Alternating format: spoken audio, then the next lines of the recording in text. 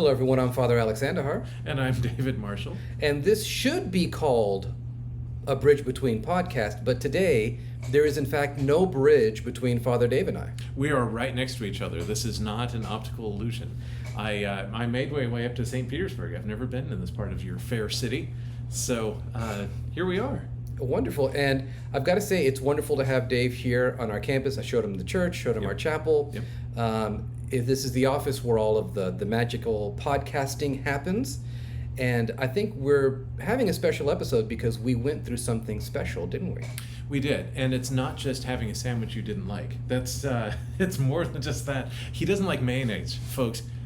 Were you born and raised in the South? I tell people this all the time. South Florida is not the South. Right. And I keep so, forgetting that. And so while some people Yeah. just love mayonnaise, I'm No, he doesn't. not a huge fan. No. So, No. prefer butter maybe. I don't know. I know. But we had a wonderful time at our diocesan convention last week. We did.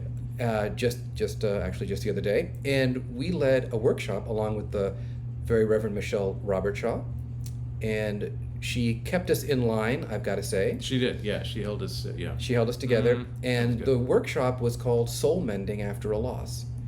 And what was that title about? Well, it's a working title, so it's soul and it's mending after a loss, not before a loss. It's after, and it's a very working thing. We all have souls, and in order for you to understand this, there's one concept I need to put across, and that is that we are spiritual beings in a physical world. We are not physical beings that occupy inside a spiritual world. No, we are spiritual beings inside of a physical world. And our souls are not physical; they're spiritual. And I showed everybody. I don't know if you can see it from here. I have a wound, and I was drilling on the axle of my boat trailer, and the drill bit slipped and hit me right here. Yeah. And so that's a wound, and it has scabbed over, and it's now healing itself well. But when we go through a loss, the same type of thing, like a scab or a wound, happens to our soul. But there's something interesting with that and how we can repair it or we can mend it. And there are many souls out there that have not been mended. That's one thing I learned from our time together. And I think the root of this workshop, the heart of it came from you and I having conversations about encountering our vestries, our lay members of our congregation, but also one another, and also encountering clergy who we know have had a hard time with the last few years. Of course, you have the COVID-19 pandemic that just thrust everything into chaos, pushed people to breaking points, and then here was the best part. When everybody started to come back to church, they just said, okay, hit the ground running, let's go get them. And many of us said, I don't know if I can do that. Yeah. But we did it anyway. Well, have we done it? I mean, we are in the process of doing it. Well, hitting the ground running and working back to having a sense of normality within our daily lives as a church. Worship is back. Many programs have come back. But that doesn't mean that we felt a sense of renewal and a sense of being restored during that time. So I think I'll speak for myself. There are times when I feel like the tank is dangerously low and needs to be brought back up, but we're still working. Having a low tank is also how you get a soul that is damaged. And yeah, so we can talk about that. The other story I liked is that Alex talked about the playground that's here, and that you had an arson, and the arson burned things down. It all got repaired, and actually the photos make it look better than it did before. I don't know if you noticed. But what had happened 6 months later, that his governing board, the leadership team that he works with, we call it a vestry, that they were angry, and they still had this anger about, and it's a very real violations. Somebody walked onto campus and somebody lit these things on fire. Yeah. And they still felt violated, even though everything was repaired and looked great. And the interesting thing is that, our bodies heal themselves, again, the scab, they heal themselves well, but our soul needs particular work to be healed. Yeah, and I think in talking about the experience at St. Vincent's, one of the things that was really challenging was that grief compounds, grief and Yep. then more grief and then more grief. Yep. And so I was in that group that felt a sense of anger of wanting to be connected to the community, but at the same time feeling like we've been hurt by the community. Right. And even though things were coming together and being repaired, that doesn't mean that things were back to normal. And so it was actually really nice to see our vestry begin to have that conversation and say, how do we feel about all these myriad of changes that have taken place in the last few years, and what does it mean for us? So I think the Spirit was definitely working within us to help us say, okay, this is how you're feeling right now. Where does it come from? Where's it going? And how do we learn from it? Exactly. Yeah. So with Alex and Michelle and me, we came up with a 3-step process for mending one's soul. And then we made our presentation, and then folks shared with us and seemed very willing to share where their soul had been hurt, and then began the process of mending from there. And we gave them a handout and talked to them and said that this is one, not the only, this is one of the follow-up times that we will have to that particular event, to our workshop. And so with the first step, do you remember what the first step is about the soul mending? Well, I remember I talked about it, which Right. is recognizing that something's not right. Mm-hmm. Recognizing that there is an issue, that there is a healing or a wound that's still present. And I think for many people, we may have a conscious understanding that we're hurt, Right. but kind of localizing the wound is important. It's kind of, there's a great story on a show that I'm not going to tell you what show it was, but the guy walks in and Because says, I haven't seen it, is that why? probably because you haven't seen it, where this guy comes in and he starts touching various parts on his body, like his arm, his legs, like everything hurts. Like, why do all these things hurt? And the doctor points out, touches his finger, and the guy realizes he has a broken finger. That's why everything feels like it hurts wherever he touches, because his finger is broken. Right. We have to know where the wound is. Mm-hmm. And being able to openly talk about it can be a challenge, but I think it's a necessary step. Yeah. And one of the crazy things about the way that our physical world works is that when everything gets repaired, when, in your case, the playground and everything, when that was put back together again, the world says, great, you're put back together, get going. I was in the insurance field before entering into ministry, and I had to review a lot of claims, a whole bunch. It's part of my daily reading, claim after claim after claim.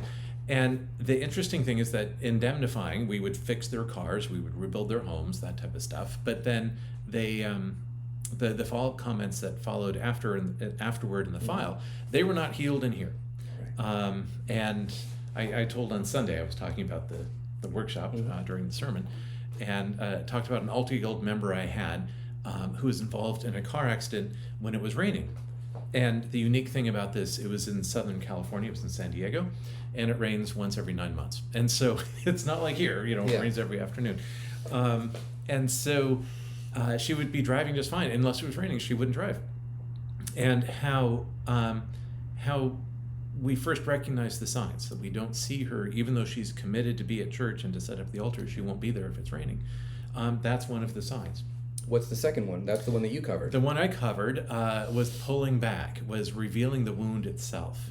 And so in this particular case, asking our Altar Guild member, why don't you drive when it rains? And she talked about the accident, and she talked about how she felt out of control, and that now whenever it rains, she's too worried to drive. So the second was just pulling back, let's get down to where that wound is that's in her soul. And the interesting thing about when you repair a part of the body, so say you get a big cut on your forearm, you put a bandage, sometimes you have a sling where it's all isolated, and we think that when the soul is damaged, it needs to be isolated the way that we isolate wounds. But it's the exact opposite. Oh. You need to share it. You need to talk about it. And so with your vestry, you recognize there was a wound there, and pulling back the scar tissue is that Alex created a space for them to start talking about loss and violation, and that we feel as if the community for whom we made this beautiful area has now turned against us. And that is that's one way to clean a wound, is to share it and to continue sharing with other people who have been through something very similar. And I think that's one of the hardest things to do, because you end up with a great deal of vulnerability. You have this sense of vulnerability that says, Right. I don't want to get hurt again, and I don't want to revisit it. And that's where really trauma is present, because trauma is when we begin to talk about something, we're reliving it. Yeah. And so with people who, and I'm not a trauma specialist, but with people who I've met with whom I have talked about their trauma with and recommended them to somebody who is a professional, that's one of the things that they mentioned to me, is that it's hard to talk about because it always feels like I'm reliving the trauma. Right.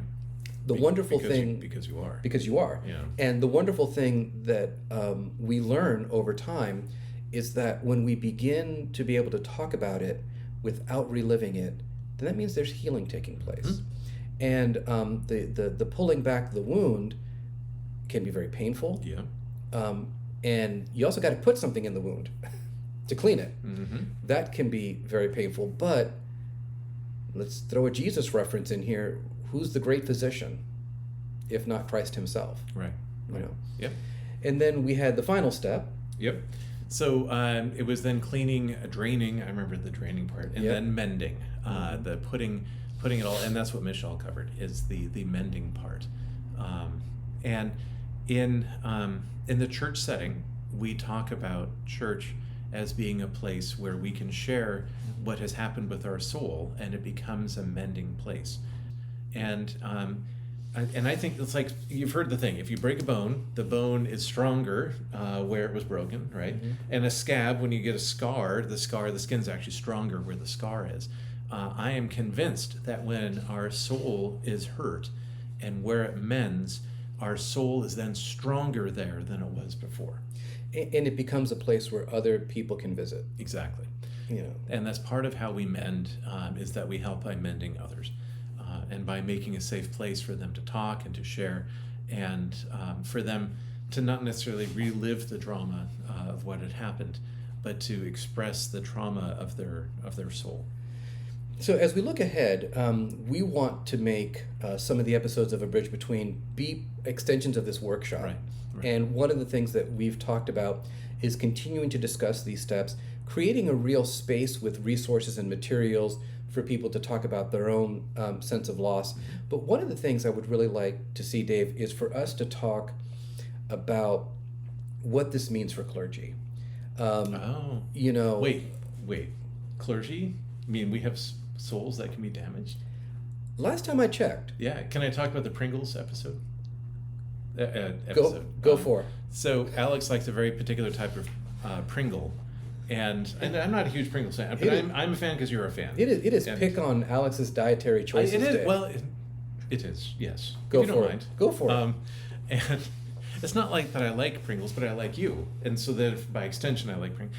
I got the wrong type, and the reason why I grabbed the wrong one, I grabbed sour cream, right, and onion. Oh. Yeah, I know. It was an immediate turn on. I grabbed the wrong one because as I'm heading to the section where all the Pringles are. A woman walks up to me and says, "Oh, you eat." And I looked at her, and she was looking. I was wearing the same shirt. And she was like, "Right, yeah." I'm like, "Yeah, clergy eat." And I said, "Actually, I'm a calorie burning machine. I need constant calories." Speaking of, I got these brownies. Ooh. One of the one of the listeners, she's a member of the show. Goodness, if you make brownies for me, you become a member of the show. Well, she's a member of my congregation. Yeah. So. I know a thing or two about brownies, by the way, and I will eat whatever's, the ones that are dried and hard, the edges, the ones that are soft in the middle, I need a spoon, I'll eat them all. Like frosting, I don't care. These were fantastic. They had chocolate chips in them, and they were baked to perfection, just enough to not crumble, but then they were still chewy. Anyway, just... Where was I? So, yes, you eat. Yeah. Right. She believed, this woman, not the one who made the brownies, but the customer at Publix who was commenting on me having hunger and getting Pringles, which threw me off my game. I got the wrong ones. I'm sorry. It's okay. I've learned that often clergy, and I do this too with other clergy, I put them up in a different category of saying you can't be damaged, and we can. We have a ministry that lends us to do that. to open our hearts. And it's hard, I think, Dave, because we have the care of souls, because we are individuals who have been charged with caring for others, and where do we turn to for help and assistance? And there are resources for us, fellow clergy. Hopefully, are a resource. Going to things like seeking a regular counselor. Yeah. All these things are places that we should be going. So I'd like part of our conversation, of course, to be inviting some of our clergy colleagues in our diocese, or whatever diocese you might be listening to this podcast in, to say, it's okay for me to seek help as well. It's okay for me to need and have those needs met for my own sense of renewal. Right. So, so as we look ahead, I really want us to be thinking about how can this be a space for us to be talking about this soul mending. So of course, we'll still talk about the gospel, we'll still talk about the readings and prayer and all this other wonderful stuff, but look for some separate videos as well, talking about soul mending and talking about an extension of this project, because we don't want the project to go away.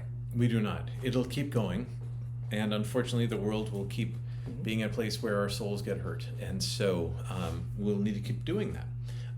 But I also have some things about prayer, and have had some feedback about prayer that I'm looking forward to the next time we get together. Exactly. That we will be doing that. That'll be a very good one. So here's a good thing, and we'll do is since I'm the video editor, I'll start trying to make this a regular part, and we'll ask a question perhaps at the end of each episode that actually entices listeners to go to our YouTube page or something that we have to actually comment. And a good question is, have you ever experienced a loss that you felt like it hurt your soul? Yes. So that'd be kind of a good place to start. And if you want to talk about it, that's great. If you want to just kind of affirm that that's happened, I think that's a good place to start. And if you reach out to us, we will definitely reach back. We will. Yep. And I'd like to know, what part of what has been damaged and what happened, and I would love to hear stories of success, of like, well, I was, but then I got better. But we also really want to know stories of what's the opposite of success? Challenge. Not success. Well, I would say unsuccess. I would say the opposite of that for a Christian would be the ongoing challenge, right. The ongoing trials that we experience, because there are times that we just experience ongoing trials. And I'm happy to say that the people that I have met who dealt with these issues of angers like that, it transformed us into such a beautiful way that we reaffirmed our commitment to the community, and they did to us. And God can take anything and make it a blessing. He can. The Altar Guild met with this woman, and they came up with a plan for how she can drive when it rains, who she calls before she leaves, who she talks to when she gets there, the whole process. And now it is behind her, and it just took that exposing to show it, and then having others that have been through it, and then she found that she was already being restored and healed. And so there are very few ministries that are more important than the Altar Guild, that they keep this whole thing running. In the background, and often without any fanfare or adulation. So yes, yeah. In fact, the Altar Guild folks I know, one of the things I like about it is being alone in the church. Like, it's my alone time, nobody's around. That they love that, and we love them for it. Yeah. So don't forget that question: have you experienced a soul loss, and did you want to share it with us? And we're going to go ahead and catch you in the next episode of A Bridge Between, where there will actually be a bridge between us, one that you don't see, but it'll be two separate screens. And we'll see about doing this again, maybe at your place. And I will bring the sandwiches, and I will just bring you a jar of mayo. Nice. And then you can add as much of it as you want to your sandwich. I just want jalapenos and mayo. That's it. I think it's going to be a short episode, but it would be a short episode. But yeah, I feel like we should do one recording while we're here. At least it's kind of nice. It's a nice space you've got here. Thank you. Yeah, nice place. Yeah, well, we do our best. Good. Well, we're going to catch all of you in the next one. God bless. Thanks.